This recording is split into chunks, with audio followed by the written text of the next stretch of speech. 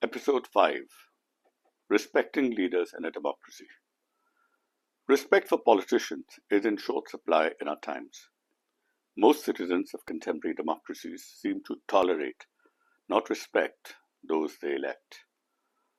Are we troubled by the absence of respect in politics? Should politicians even be accorded respect? If yes, what form of respect must they get? The word respect has multiple senses, of which three are relevant here. One sense, which might be called directive respect, was elaborated by the late 18th century German philosopher Immanuel Kant.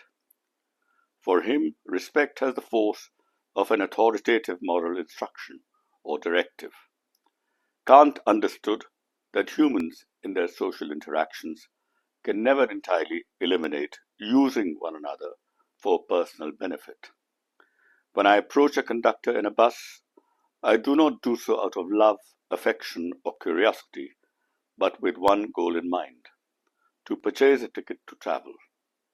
And the conductor is in the bus to do a job for the bus owner: sell tickets.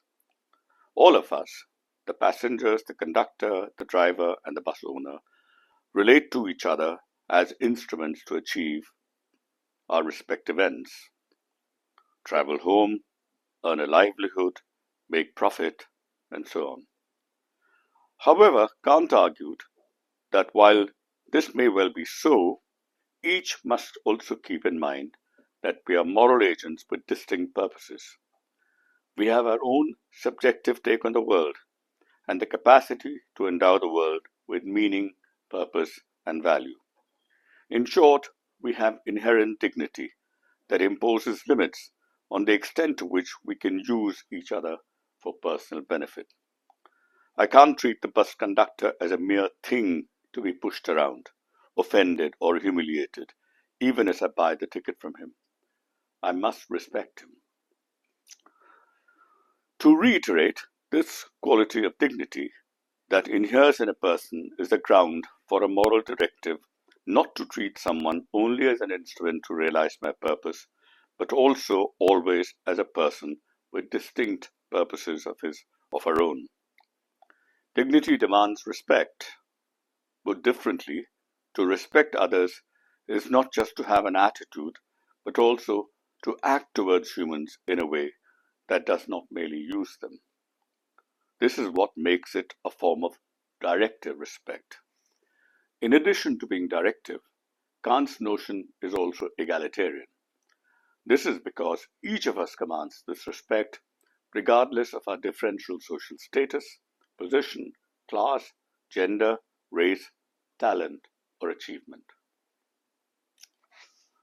This egalitarian feature alone differentiates it from another instance of directive respect, where the quality that commands respect from others inheres not in the person qua person, but in the social position she occupies or the role she performs. Thus, children must respect their fathers, wives their husbands, servants their masters, lower caste, higher castes, and so on. Indeed, this unequal status is the original site of the idea of respect, its breeding ground. The notion of respect was for long intertwined with ideas of superiority and inferiority and had deep hierarchical overtones. Virtually indistinguishable from fear and deference, it is expressed not only in words but through silences and bodily stances. Thus, persons believed to be inferior could not call a superior by his name or look him in the eye. They must always have their heads bowed or covered. They could not touch any part of the superior person, or could at best touch only his feet. They are required to always obey, do as they are told, and never question or even respond.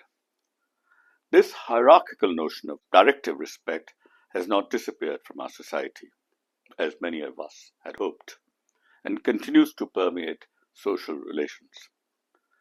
But disturbingly, just when we thought that this notion of respect is fading away from politics, because of our anti-colonial struggle and equality-centered reform movements led by Jyotirao Phule, Mahatma Gandhi, and B.R. Ambedkar, it appears to be raising its ugly head again.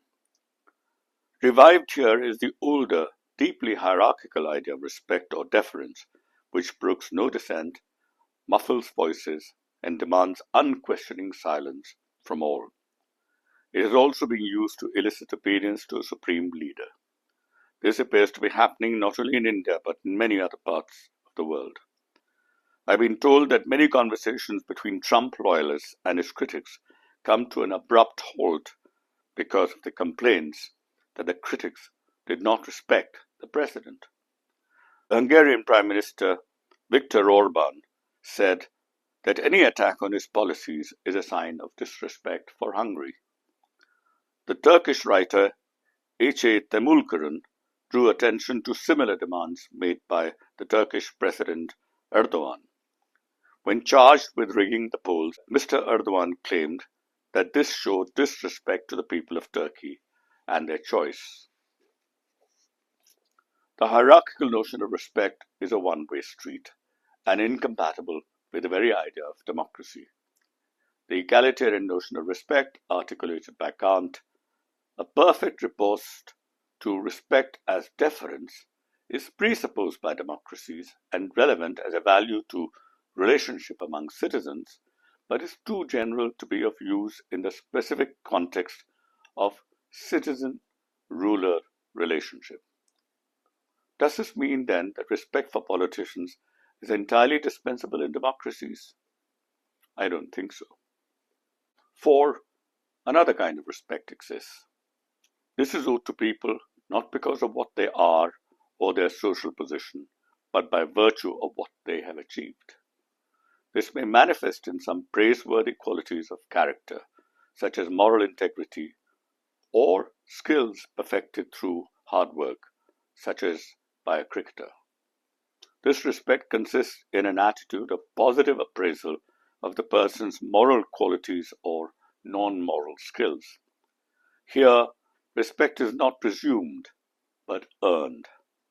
We can appropriately say that this attitude of respect is well deserved when a person meets some standards of excellence integral to that practice. Precisely because it is something one achieves, it can also be a matter of degree. Rightly or wrongly, one can say that one has a greater evaluative or appraisal respect for Sunil Gavaskar than, say, Chetan Chauhan, or for Jawaharlal Nehru than, say, Govind Ballabh Pant. This quality-dependent appraisal respect is different from egalitarian directive respect, which is owed to each and every individual.